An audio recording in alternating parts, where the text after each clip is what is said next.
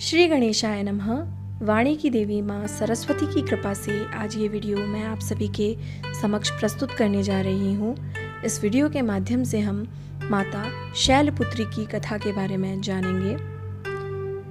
नवरात्रि के पहले दिन माता शैलपुत्री की पूजा की जाती है। शैलपुत्री हिमालय की पुत्री है। हिमालय पर्वतों का राजा है। वह अडिग है और उसे कोई हिला नहीं सकता। जब हम भक्ति का रास्ता चुनते हैं तो हमारे मन में भी भगवान के लिए इसी तरह का अडिग विश्वास होना चाहिए, तभी हम अपने लक्ष्य तक पहुंच सकते हैं। यही कारण है कि नवरात्र के पहले दिन माता शैलपुत्री की पूजा की जाती है। माँ शैलपुत्री की कहानी। माँ शैलपुत्री सती के नाम से भी जानी जाती हैं। इनकी कहानी इस प्रकार है।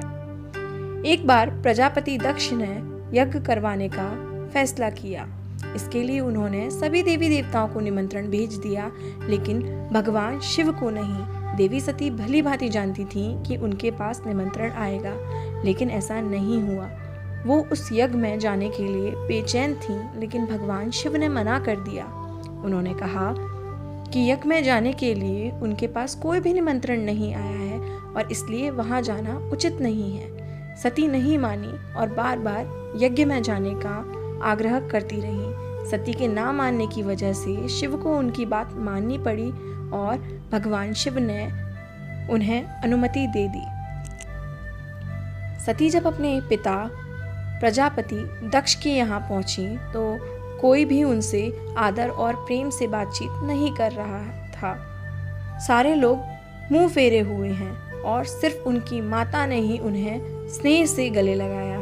उनकी बाकी बहनें उनका उपहास उड़ा रही थीं, यानी कि मजाक उड़ा रही थीं, और सती के पति यानी कि भगवान शिव को भी तिरस्कृत कर रही थीं, यानी कि अपमान कर रही थीं उनका। स्वयं दक्ष ने भी अपमान करने का मौका न छोड़ा।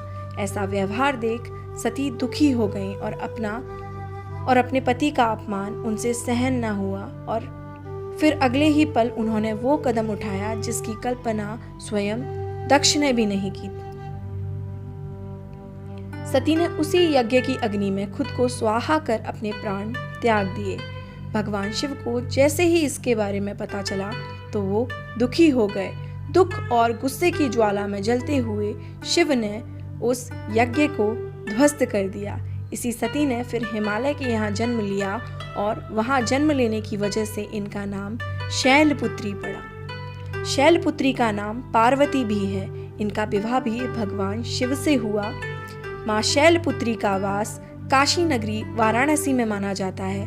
वहाँ शैलपुत्री का एक बेहद प्राचीन मंदिर है, जिसके बारे में मान्यता है कि माँ शैलपुत्री के सिर्फ दर्शन करने से ही भक्तजनों की मुरादें पूरी हो जाती हैं।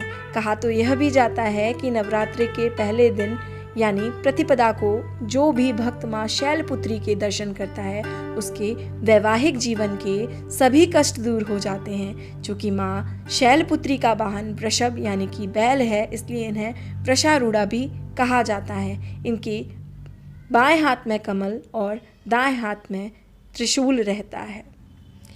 आप सभी को नवरात्रि की हार्दिक शुभकामनाएं। इस वीडियो को ज़्यादा से ज़्यादा लोगों के साथ शेयर कीजिए। धन्यवाद।